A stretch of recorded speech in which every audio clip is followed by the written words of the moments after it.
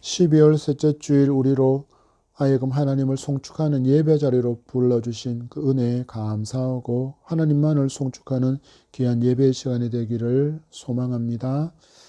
예수께서 보여주신 삶을 보면 그 방향이 언제나 하나님의 뜻을 향하고 있다는 것을 우리는 분명히 알 수 있습니다. 이런 이유로 인해서 예수의 삶은 요동함이 없었다라는 것을 우리는 분명히 볼 수 있습니다. 어떻습니까? 그 사역의 초기에 예수님은 성령에 이끌려 광야로 가셔서 그곳에서 마귀로부터 유혹을 당하시지 않습니까? 어떤 유혹이었습니까? 쉬운 길을 가라는 유혹이었습니다. 십자가라는 그 고난의 길, 굳이 거기로 가지 않아도 돼. 나한테 절만 하면 돼. 사람들이 보는 데서 돌을 떡덩이로 만들면 돼. 성전에서 뛰어내리면 돼. 이 땅의 권세를 갖고 있는 내게 절하면 모든 사람들이 보는 앞에서 네가 하나님의 아들이라는 거 내가 인정해 줄 거야. 그러니까 너 굳이 십자가 지지 않아도 돼. 라는 그 쉬운 유혹의 길, 쉬운 길을 선택하는 마귀의 유혹, 또한 제자의 유혹에도 흔들림 없이 십자가의 길을 가신 것입니다. 이를 통해서 우리는 사람에게 분명한 목적이 있으면 요동하지 않을 수 있다는 지혜를 얻을 수 있습니다. 여러분, 우리가 사는 세상은 어떻습니까? 끊임없이 변하고 있지 않습니까? 가치관들도 변하고 있습니다. 부모에 대한 효, 그리고 자녀 사랑, 어른 공경은 우리나라의 오랜 좋은 미풍이었기 때문에 그것이 변하지 않을 가치라고 여겼습니다. 근데 지금 어떻습니까? 대부분 붕괴 수준에 도달해 있습니다. 누군가가 지켜보지 않아도 법은 준수해야 하는 것이라는 가치도 이제는 변했습니다. 내가 불편하면 아무렇지도 않게 기초 질서를 위반하고 있습니다. 미풍양속도는 어떻습니까? 이제는 옛말이 되어서 눈살을 찌푸리게 하는 지나친 노출이나 애정 행각도 서스름이 없습니다. 다른 이들의 눈은 의식하지 않고 내가 좋으면 언제라도 어디서라도 이런 것들이 가능하다라고 여기고 또 그렇게 행동하고 있습니다. 이런 삶의 변화만 있습니까? 아닙니다. 우리의 삶을 주도해 오던 많은 지혜들도 이제는 변화를 겪고 있습니다. 우리가 아는 속담 가운데 우물을 파도 한 우물을 파라라는 말은 이제는 아니다라고 이야기합니다. 여러 우물을 파다가 터져 나오는 우물에 집중하라는 말로 바뀌어 있습니다. 그래서인지 요즘 시대는 포기가 너무나도 빠르고 쉽습니다. 한마디로 진득함도 없고 오래 참음도 없고 인내와 끈기도 부족하다 할 수 있습니다. 또 전체적인 내용을 보며 그 의미를 파악하거나 교훈을 얻는 것이 시간이 낭비되어지고 시간이 너무 많이 잡아먹는다고 여겨서인지 이제는 자극적인 내용만 간추려 놓은 짤 혹은 쇼츠라고 불리는 영상만을 들여다봅니다. 이런 영상의 폐해가 무엇일까요? 바로 주어가 빠져 있다는 것입니다.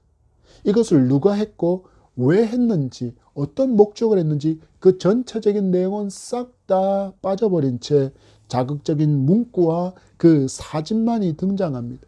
그러면 그 영상에 등장한 사람은 사람들로부터 아주 나쁜 사람이라고 매도를 당하고 심지어 공공의 표적이 되어버리기도 합니다. 예전에 비해 분명히 세상의 가치에 쉽게 휘둘리고 그렇게 살아갈 수밖에 없는 현실 속에 살다 보니 사람들이 좀처럼 무엇을 유지하지 못하냐면 자기의 마음을 유지하지를 못합니다. 늘 요동한다라는 이야기입니다. 이 사람의 말에 이렇게 휘둘리고 저 사람의 말에 저렇게 휘둘리는 경우가 너무나도 많습니다. 그런데 안타까운 것은 이렇게 요동하는 삶을 살다 보면 우리는 정작 중요한 것, 내가 마땅히 살아내야 할 그 삶을 살지 못한 채로 시간을 흘려보내버리고 만다라는 것입니다. 그러나 이와 반대로 인생의 분명한 목적을 발견한 사람들은 그 순간순간이 진지하며 그 방향이 분명해서 아주 내실이 가득 찬 삶을 살아가는 모습을 우리는 볼 수 있습니다. 여러분, 예수님의 삶과 이들의 삶의 교훈을 따라서 지금 여러분의 삶을 한번 돌아보십시오. 여러분의 삶은 지금 어떻습니까? 방향이 분명한 삶을 살고 있습니까? 아니면 아침 저녁으로 그 방향이 너무나도 쉽게 바뀌는 삶을 살아가고 있습니까? 우리는 오직 예수 그리스도를 닮은 성도로 분명한 인생의 목적과 방향이 그렇게 분명한 인생을 살아가리라 결단하는 은혜가 이 예배 가운데 있기를 바랍니다. 우리는 이제 보름이 지나면 새로운 2025년을 맞이할 텐데 새로운 이 한 해에는 여러분의 방황의 폭도 이제는 줄어들고 분명한 방향으로 정해진 그 고정된 방향으로 전진하는 멋진 인생이 여러분들의 삶 가운데 펼쳐지게 되기를 축복합니다. 예수께서 십자가 사건을 앞두고 하나님께 기도하십니다. 하나님의 뜻을 분명히 알고 또한 끝까지 순종하며 나아갈 힘과 용기를 얻기 위함이었고, 또한 이와 함께 이 기도를 듣고 있는 제자들이 이 기도의 내용을 기억하며 예수께서 바로 하나님께서 보내신 그 메시아이심에 대한 확신의 믿음을 얻기를 원하시는 그 목적도 이 기도 가운데 함께하고 있음을 우리는 계속해서 보았습니다. 이제 잠시 후에 예수께서 잡히시고 예수께서 고난받으시고 죽음과 부활, 승천의 그 모든 역사를 이루신 후에 제자들과 더 이상 함께 육신적으로 머물지 못할 것을 아셨기에, 그리고 또한 그들이 예수님이 떠나간 후에 믿음으로 인하여 마주할 그 많은 고난과 핍박을 맞게 될 것을 주님은 아셨기 때문에 지금 예수 그리스도에 대한 분명한 믿음을 고백하게 되기를 원하셨기에 이 기도를 통하여 진리를 그들에게 가르쳐 주고 있습니다. 이 말씀을 지금 우리가 받고 있는 그 목적 또한 똑같습니다. 왜 그렇습니까? 예수는 그때나 지금이나 동일하신 분이시기 때문입니다. 우리도 예수 그리스도가 하나님께서 보내신 메시아이심을 굳게 믿고 그로 인해서 우리가 나아가는 그 발걸음 가운데 마주하게 될 고난과 핍박과 어려움과 갈등의 문제 앞에서도 잠잠히 예수 그리스도만을 바라보며 담대하게 믿음의 길을 가기 원하시는 그 예수 그리스도의 기대가 지금 우리에게도 펼쳐지고 있기 때문입니다. 이제 이 땅에 오신 그 분명한 목적, 십자가의 대속을 이루기 위한 마지막 여정이 18장부터 해서 펼쳐지고 있습니다. 1절과 2절의 말씀을 봤습니다. 시작. 아직 하나님의 때가 아니라서. 1절 2절입니다. 예수께서 이 말씀을 하시고 제자들과 함께 기드론 시내 건너편으로 나가시니 그곳에 동산이 있는데 제자들과 함께 들어가시니라. 그곳은 가끔 예수께서 제자들과 모이시는 곳이므로 예수를 파는 유다도 그곳을 알더라. 아멘. 지금까지는 아직까지 하나님의 때가 이르지 아니하였기에 종교 지도자들에게 예수님은 잡히실 수가 없어서 계속해서 그 동선을 드러내지 않고 그렇게 활동하고 계셨습니다. 여러분, 이 성경의 기록은 우리 예수께서 모든 구속의 그 사역을 완성하시고 한참 지난 후의 기록이기 때문에 우리는 성경을 통해서 이처럼 예수께서 다니시는 발걸음들을 우리는 분명하게 볼 수 있지만 당시에 핸드폰이 있었겠습니까? 무전기가 있었겠습니까? 아니면 SNS, 인터넷이 잘 발달되어 있었습니까? 전혀 없었습니다. 그러니 종교 지도자들은 예수 그리스도와 그의 제자들의 행방을 바로바로 찾아내고 추적하기는 결코 쉽지 않았을 것입니다. 그랬던 예수께서 이제는 충분히 그 행적이 추적당할 수 있는 곳으로 이동하고 있음을 말씀이 우리에게 보게 합니다. 그 장소가 보니까 기드론 시내를 건너 감람산의 겟세마네 동산 안으로 들어가셨다라고 기록하고 있습니다. 여기 나타나는 동산이 있는데 하는 곳이 바로 감람산 안에 있는 겟세마네 동산을 의미합니다. 근데 요한은 이곳을 누구도 알고 있었다라고 기록하고 있습니까? 바로 예수를 파는 유다도 예수와 함께 몇 번 여기에 온 적이 있었기에 이 장소를 알고 있었다는 것입니다. 이렇게 유다가 알 수 있는 장소, 더듬어 예수가 저기 있을 거야, 예수가 저기 있을 거야라고 이렇게 예수가 있을 만한 장소를 충분히 유추할 수 있는 그 유다가 알 수 있는 그 장소, 스승이신 예수를 파는 유다가 아는 장소로 오신 이유가 무엇입니까? 바로 이제는 하나님의 때, 하나님의 구속 사역의 성취를 위한 시간이 되었기에 스스로 예수께서 이곳으로 오신 것입니다. 여러분, 성도의 삶은 예수 그리스도의 삶과 같아야 합니다. 내 뜻을 이루기 위해서 하나님보다 앞서서 움직이는 삶이 되지 않아야 한다라는 것입니다. 여러분, 우리의 삶을 보십시오. 우리가 원하고 기대하던 것이 내가 원하는 시간에 내가 원하는 장소에서 일어나는 일이 우리의 인생에서 과연 몇 번이나 있었습니까? 많은 경우는 내가 기대한 때가 아니라 내가 원하는 장소가 아닌 곳에서 여러분 그 기대들을 마주하지 않았습니까? 또한 여러분, 우리의 기도 또한 마찬가지입니다.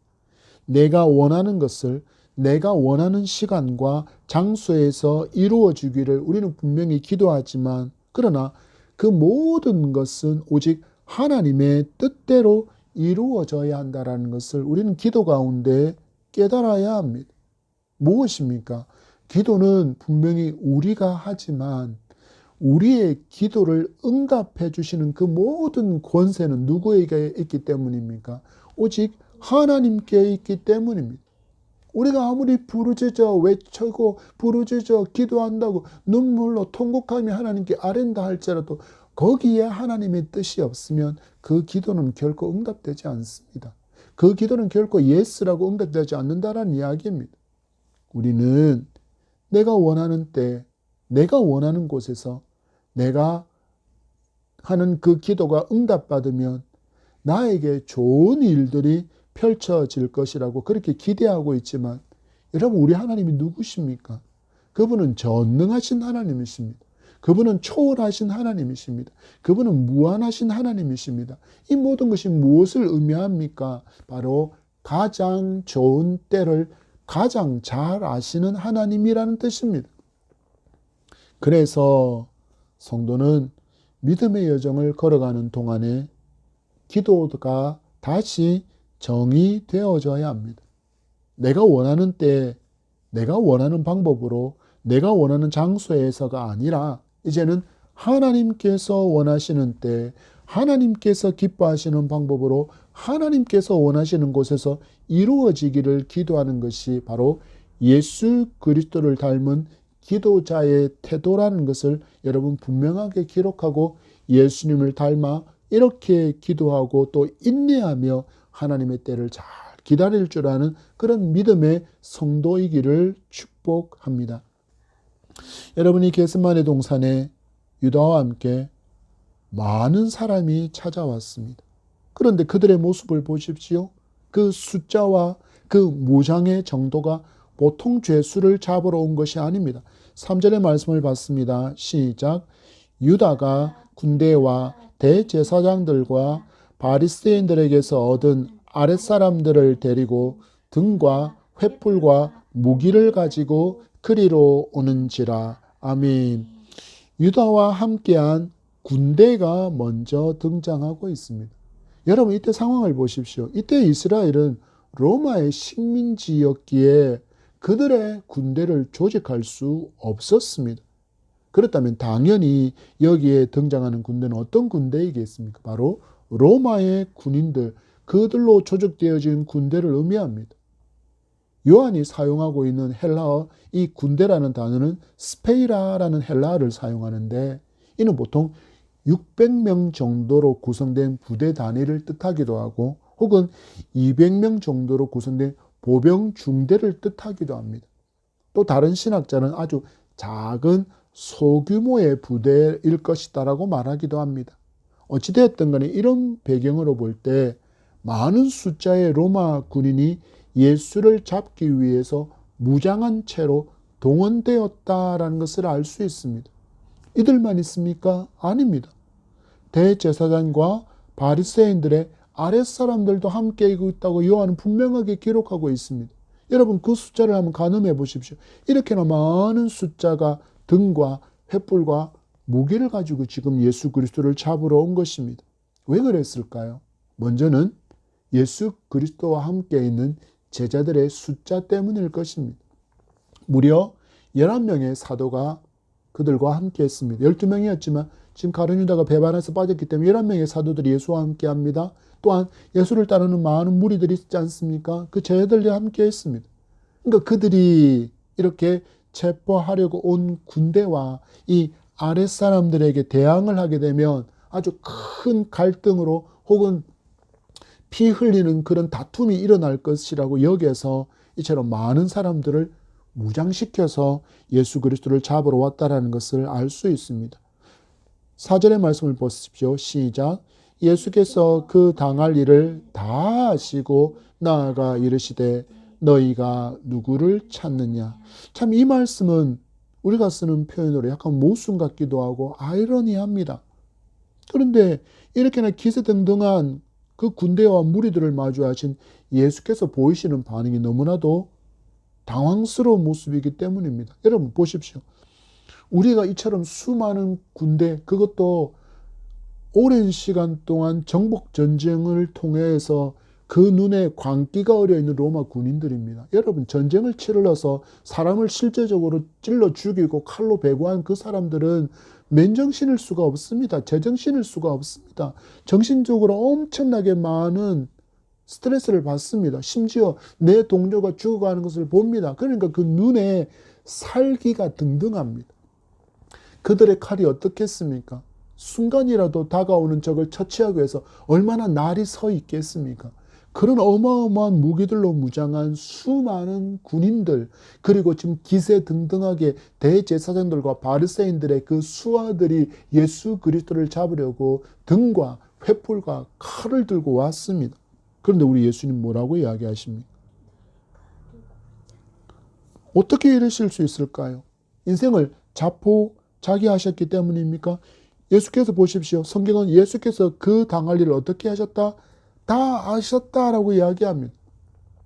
이들이 왜 왔는지를 분명히 아셨다라는 것입니다. 그런데 그들에게 말하기를 당신을 잡으러 온 그들에게 나아가서 너희가 누구를 찾느냐라고 물으십니다. 보통 이 장면을 보면 마치 인생을 자포자기한 사람처럼 보입니다. 그러나 이것이 전혀 아니라는 것을 우리는 분명히 알 수 있습니다. 왜 그렇습니까? 예수께서는 그 당할 일을 다 아셨다라고 기록하고 있기 때문입니다. 곧 이 모든 일이 바로 하나님의 때에 하나님의 구속 사역의 성취를 위해서 반드시 일어나야 할 일이라는 것을 다 아셨다라는 뜻입니다.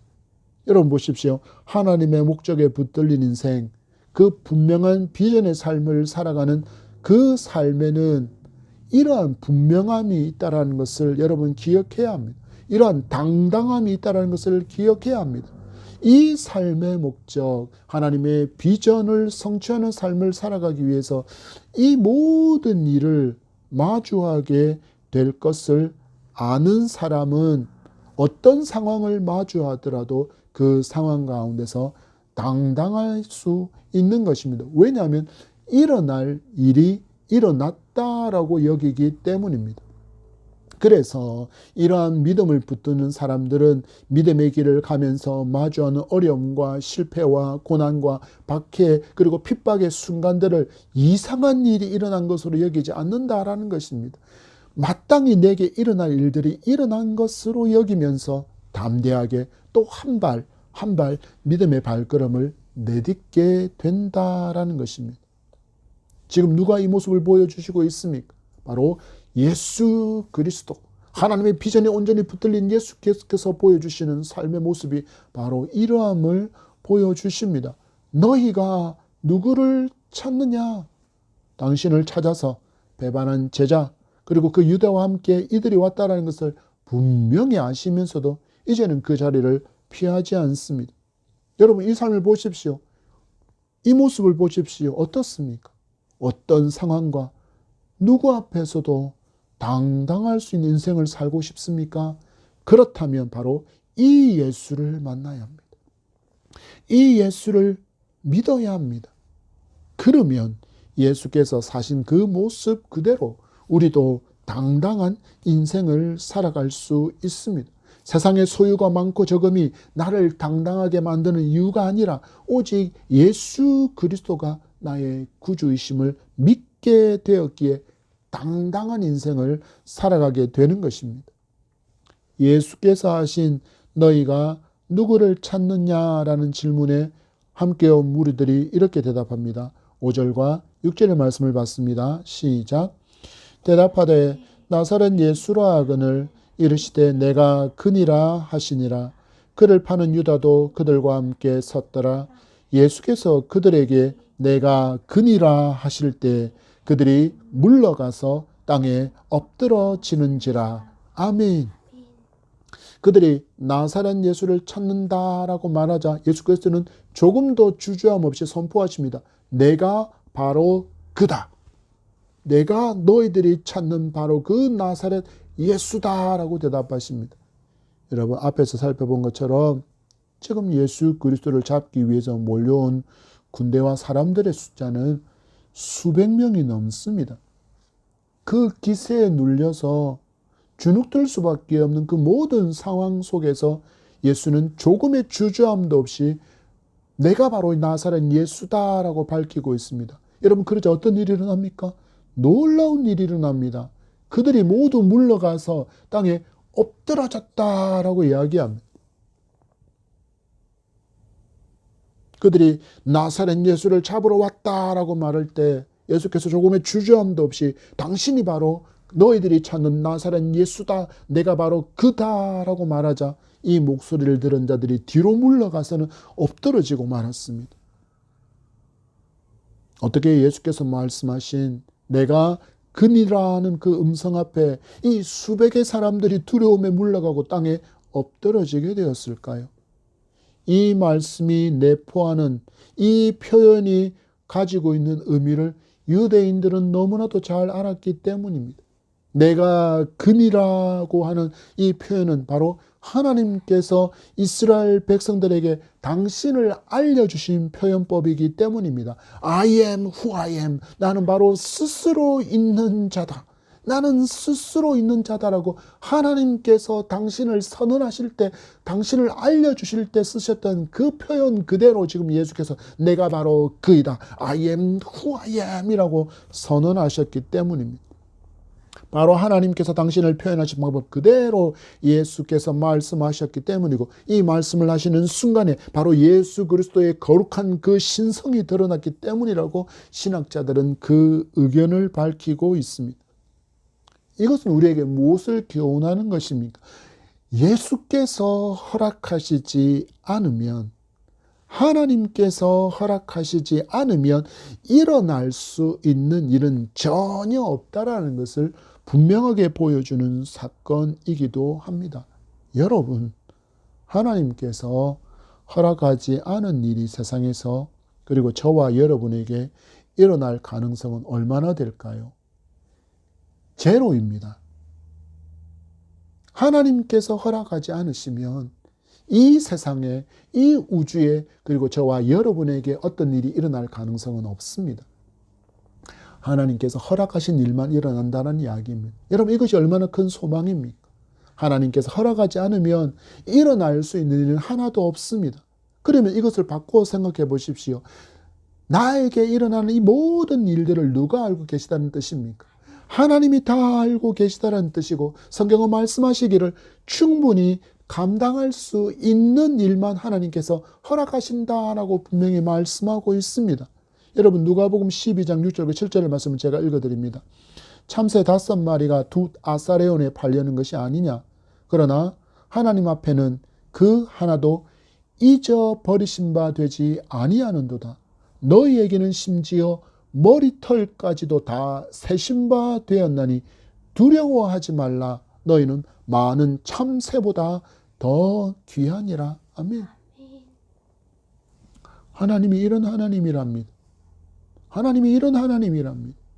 하나님이 허락하지 않으면 내게 일어날 수 있는 일은 전혀 없고, 내게 그 모든 일들이 일어나는 것은 내가 그 일을 감당할 수 있기 때문에 내게 허락하신 것이다라고 성경은 분명히 말씀하고 있습니다. 너희는 귀하다.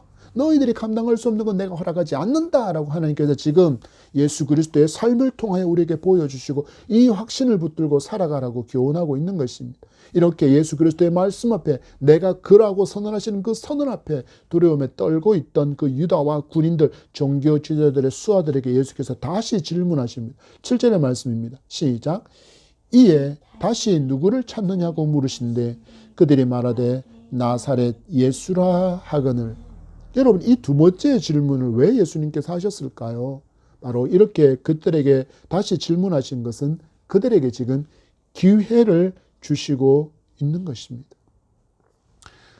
너희들이 나를 잡으러 왔고 내가 너희들에게 잡혀가는 건 하나님께서 정하신 일이기 때문에, 그 하나님의 뜻이기 때문에 분명히 이루어지겠지만 너희는 분명히 내가 누구인지를 분명히 알아야 한다라는 말씀입니다. 바로 예수 그리스도가 하나님이시며 예수 그리스도가 하나님께서 보내신 아들이심을 믿어야 한다라는 그 강력한 선포가 누구를 찾느냐라는 음성입니다. 너희들이 찾고 있는 내가 누구인지 너희들 아느냐라는 뜻입니다. 앞에서 순간적으로 드러난 그 예수 그리스도의 그 놀라운 신성 앞에 그 수백의 무리들이 덜덜덜 떨면서 뒤로 물러나 엎드러지는 일들, 그것을 경험하는 그들에게 예수께서 지금 당신을 보여주시고 있는 것입니다. 너희들 지금 하나님의 뜻 안에서 나를 잡으러 온 자들인 거 알아. 그렇지만 너희들도 내가 누구인지를 분명히 알고 나를 너희들의 하나님으로, 나를 너희들의 메시아로 믿어야 돼라고 그들에게 지금 복음을 선포하고 계신 것입니다. 여러분, 여러분에게 예수 그리스도는 누구이십니까? 나에게 복을 주는 분, 내 삶에 형통을 주실 분, 내 병든 것을 고쳐주실 분, 내 사업을 번영하게 해주실 분, 내 자녀에게 좋은 대학을 허락해 주실 분, 내 자녀들에게 좋은 반려자를 만나서 가정을 이루게 하실 분, 그 자녀들에게 자녀를 허락하실 분 정도로 여러분 예수 그리스도를 여기고 계시지는 않습니까? 이런 인식보다 이제는 더욱 성장한 예수 그리스도에 대한 믿음을 우리는 분명히 가져야 합니다. 그것이 무엇입니까? 바로 주는 그리스도시요 살아계신 하나님의 아들이십니다라는 고백이 여러분들에게 있어야 합니다. 이 하나님이 어떤 하나님이라고 말씀하십니까? 이미 나의 머리카락의 숫자도 다 아시는 분이라 하십니다. 여러분 아멘이십니까? 여러분 이 믿음이 있을 때 우리는 담대하게 믿음의 여정을 갈 수 있습니다. 내가 기도하는 것이, 내가 기대하는 것이 이루어지지 않는다 할지라도 그럼에도 우리는 하나님의 신실하심을 신뢰하는 굳센 믿음으로 살아갈 수 있음을 여러분 믿으시기 바랍니다. 나사렛 예수를 찾는다는 그들의 말에 예수께서 그 대답을 이어가십니다. 8절과 9절의 말씀을 봤습니다. 시작.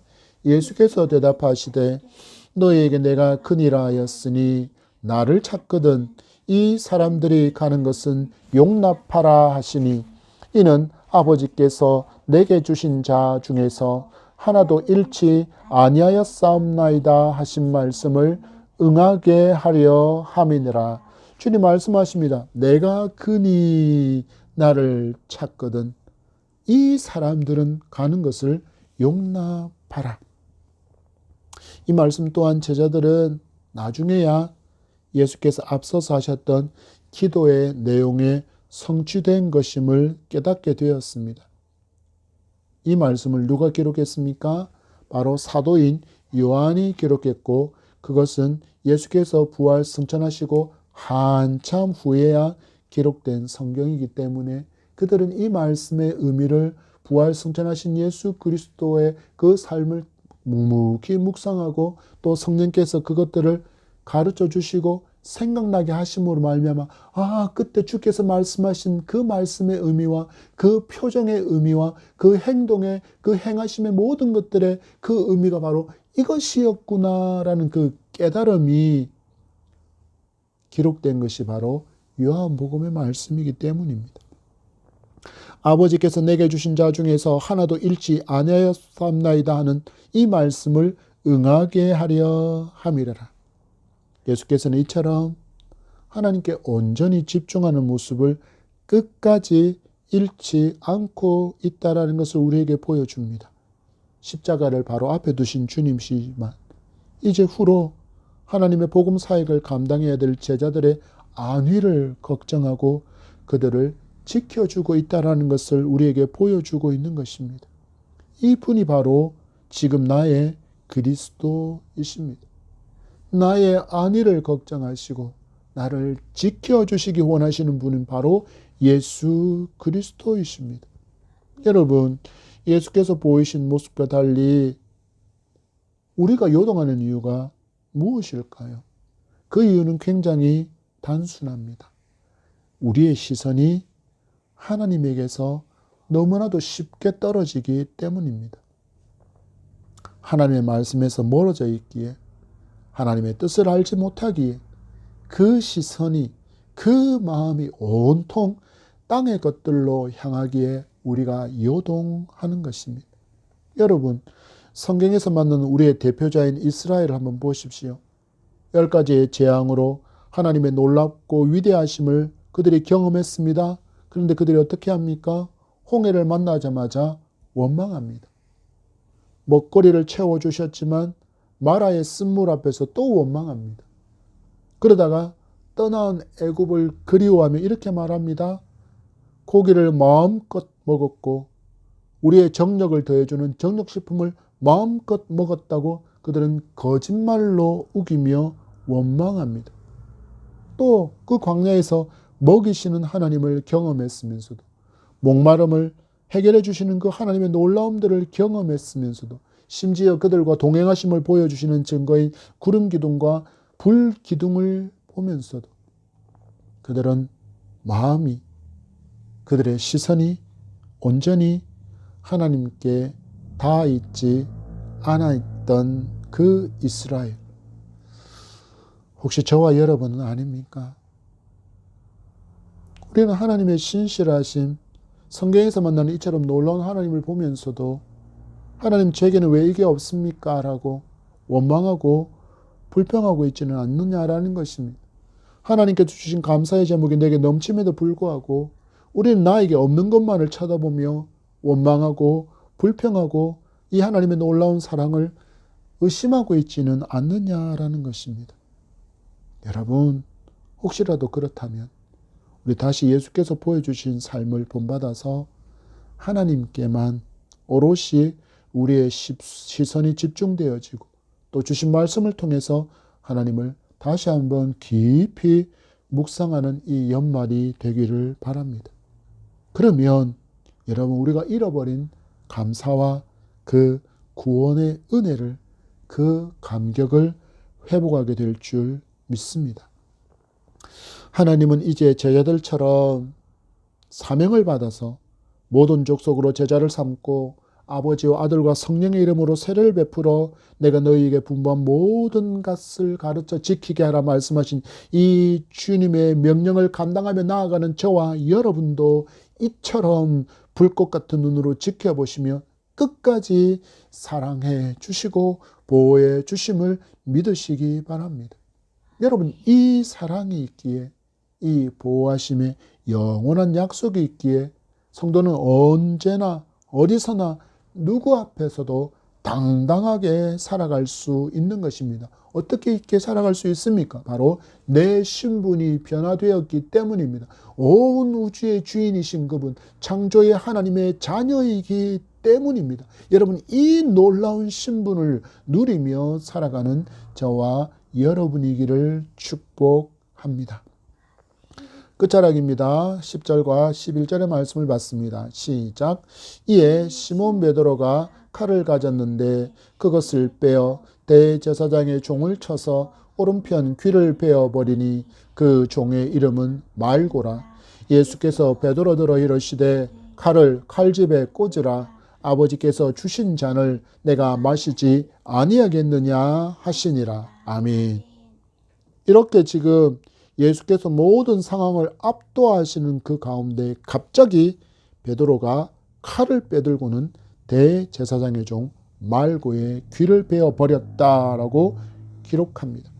우리는 예수 그리스도께 바른 신앙을 고백해서 칭찬받았던 사람이 베드로라는 것을 너무나도 잘 알고 있습니다. 주는 그리스도시요 살아계신 하나님의 아들이십니다라는 신앙 고백으로 칭찬을 받았지만 곧 이어서 예수께서 죽음을 말씀하실 때 그 죽음을 만류함으로 예수께서 사단아 물러가라고 그렇게 엄중하게 경고를 받았던 베드로가 여전히 예수께서 하시는 이 모든 일들이 예수께서 이 땅에 오신 그 사명의 여정이다, 하나님께서 기뻐하시는 구속의 여정이라는 것을 깨닫지 못한 채 스승이신 그 예수께 대한 충성인지 그 마음을 우리가 다 알 수는 없지만 계속해서 죽음을 말씀하시던 그 스승 예수의 음성을 기억하고는 그가 호신용 단검을 준비하고 있다가 수많은 무리 앞에서 칼을 빼들고는 대제사장의 종 말고의 귀를 베어 버립니다. 예수께서 이 모습을 기뻐하셨습니까? 아니요. 칼로 대적하는 것이 하나님의 방법이 아니었기에 예수께서는 뭐라고 말씀하십니까? 칼을 칼집에 꽂으라 말씀하시면서 이 모든 것이 하나님께서 나에게 주신 잔을 마시는 과정이다라고 베드로에게 분명하게 알려주십니다. 여러분, 이 모습은 우리에게 무엇을 교훈하시는 것일까요? 우리도 믿음의 길을 가면서 내 판단을 먼저 앞세우지 않아야 한다라는 것입니다. 우리는 오직 모든 일을 하나님의 뜻대로 순종하며 가야 합니다. 그래서 믿음의 사람은 모든 일이 그 동기와 여정과 결과가 어떠해야 합니까? 선한 것이어야 한다는 것을 잊지 말아야 합니다. 왜 그렇습니까? 우리 예수께서 보여주신 삶이 이러했기 때문입니다.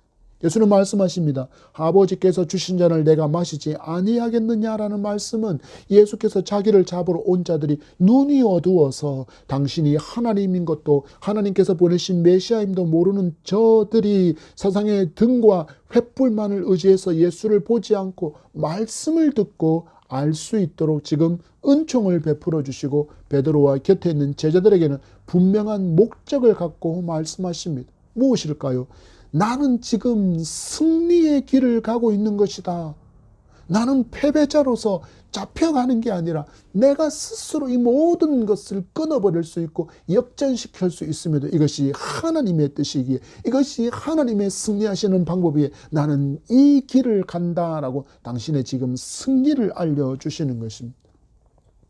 예수는 단순히 군인들과 대제사장의 사람들에게 붙잡혀서 처형당한 것이 아니라 하나님께서 맡기신 그 사명의 길을 위해서 스스로 이 길을 가고 있다는 것을 알려주시는 것입니다. 여러분, 그렇습니다. 이 땅에 오신 아기 예수는 이 죽음의 순간까지도 모두 다 알고 이 땅에 오신 사랑의 주님이십니다. 우리의 하나님이십니다. 우리 하나님의 아들이십니다. 그리고 나를 위해서 죽으신 나의 구주가 바로 성탄에 이 땅에 오신 아기 예수 그리스도이십니다. 이 십자가의 은총으로 말미암아 나는 죄의 저주를 벗게 되었고 사망의 권세를 이기게 되었고 영생의 삶을 살아갈 수 있는 구원의 은혜를 입게 된 것을 믿기 바랍니다. 여러분, 성탄의 때를 앞두고 있는 저와 여러분, 이 예수 그리스도를 깊이 묵상하며 성탄을 맞이할 수 있게 되기를 간절히 소망합니다. 하나님의 사명을 끝까지 요동 없이 감당하신 주님께서 우리에게 맡기신 그 비전의 삶 또한 우리가 분명히 붙들고 살아갈 때 우리도 예수처럼 요동하지 않는 남은 인생을 살아가게 될 줄 믿습니다. 말씀을 맺습니다. 예수께서 하나님의 뜻대로 십자가로 나아가십니다. 우리도 하나님의 뜻대로 이 십자가를 지고 주를 따라가는 순종의 삶이 있기를 바랍니다.